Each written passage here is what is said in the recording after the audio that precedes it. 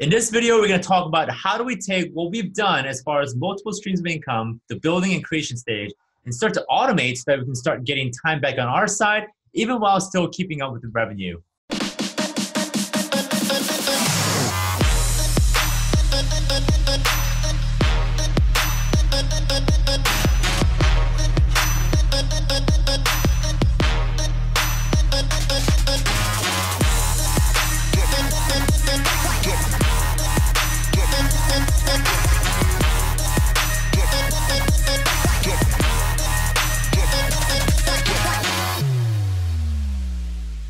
Hey, what's going on, guys? It's Sam Kwak here, and welcome back to the video series on how to build multiple streams of income. This is part 3, where I'm going to show you guys how do we take what we built as far as the creation stage, the build stage, and ultimately automate what we have in terms of the system. Now, chances are you guys are coming off of step 2, the build phase, and I'm going to do a quick review as to where we left off and what we're continuing to. So we left off with the concept of creation and the building. And in this video, we're going to talk about the automate step.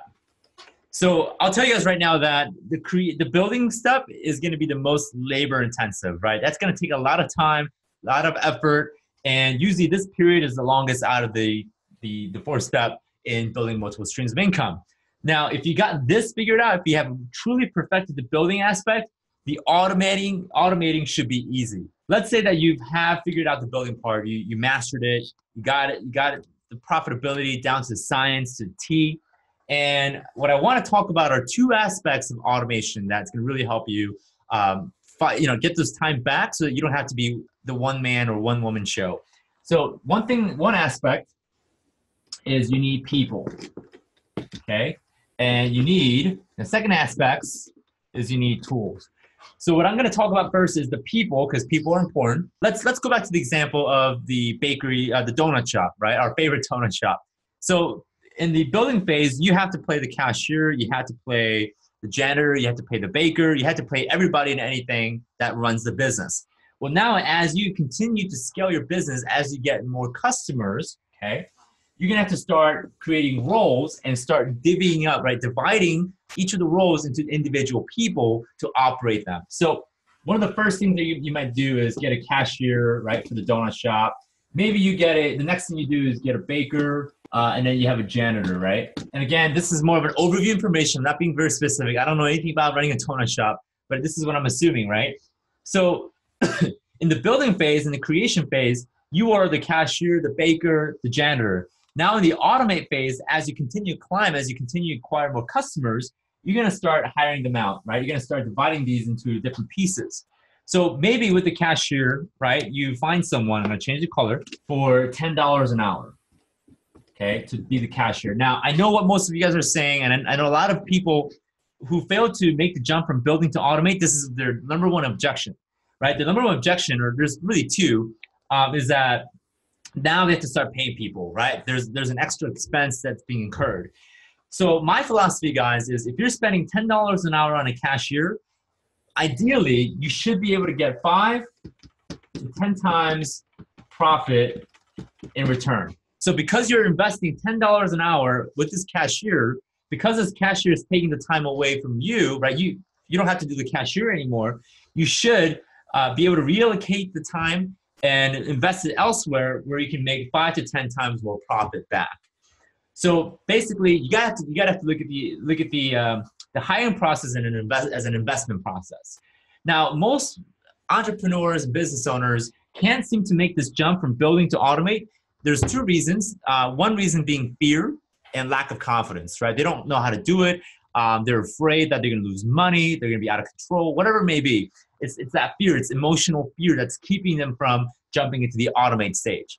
The second thing that may prevent people from getting to the automate stage is business IQ. Like, they don't know how to hire people. They just don't know how to systemize things, and they really haven't figured out how to build a scalable system to where they can just hire someone and have it automated. So those are 2 reasons that I see quite frequently when it comes to making that leap. And unfortunately, a lot of people, self-employed people especially, don't make this leap. And what they've done is they created their own job, right? It's not a stream of income. It's not passive income. They had to work for it. And the more they have to work for it, they don't have time, the attention span to work on the second stream of income. So most people don't jump. And then what I really implore you guys to do is start learning this process so that you guys can jump into the automate stage as fast as possible while still being profitable. Another question I get is, Sam, so how do I know who to hire? Like, what role should I hire first? And this is an example that I'll give you out of my own life and out of my own business, is that I'm a great marketer. I consider myself to be a great marketer, a great salesperson, but I'm terrible when it comes to coding, right? I'm terrible when it comes to building a software or building anything. So for those who've been following me, I am in the process of building a software company. And because I'm a good marketer, I know how to build the audience. I know how to build all that. I'm going to focus just on that, right? I'm going to focus on building the audience first, right? And then later on, when the software is done, I know I can go ahead and sell it, just like how we talked about in the creation step. But I am not going to get myself into coding and trying to develop the software on my own. So that's why I hired someone to do that for me, right? I hired a team of developers that are developing the codes and the software and so on. The key here is hire something out that you're not either good at or you just hate doing, right? If you hate being the cashier, hire that out first. Maybe you do like being the cashier, like you like the personal touch with the customers. Maybe you want to hire a baker so that you can keep on doing the cashier and you got someone else baking for you, which is something that you don't want to do. So hire someone that complements your skill set, right? If you're good at one thing and if you suck at the other thing, hire someone to do the other thing that you suck at. Now, the other component to this is the tool. And when I say the tool, I'm referring to use the software, right? Or maybe you buy a piece of machinery. Now, in the case of software, maybe you have a company, you have a business where you sell t-shirts, let's say, or you sell products online. Maybe you can implement a software where it automatically creates the shipping label for you, right? Automatically creates a fulfillment list. It automatically tracks down who the customer is and puts them in a database for you. So you may have that level of software where you may not need as much people running the show, okay? Or maybe it makes the people's job easier because the software is doing a lot of the automation for you. Maybe with the machinery, this is talking about actual hardware, right? Actual physical item that's gonna help you automate. So going back to the donut shop example, that could be a machine that makes donuts for you, right? You just need to throw in ingredients and it'll just, right, spit out donuts so that you don't have to have a baker. So you may hire someone at a less cost to run the machine instead of having to do the baking for themselves. So machinery, software, the people, all these different aspects are what will help you create an automation.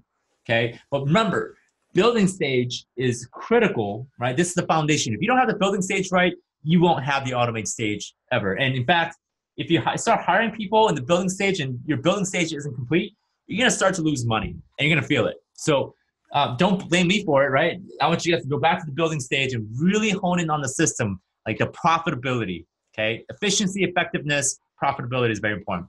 So guys, that's it for step 3. I will see you guys in the next video. Be sure to subscribe to our YouTube channel. Hit like on this video. If you guys have any questions, go and leave them down below. But again, wait for the step 4. We're going to talk about how do we replace yourself completely to where now you can work on the second stream of income or your third, fourth, fifth, and so on. So guys, thank you so much. Love you. Appreciate you. I'll see you guys in the next video.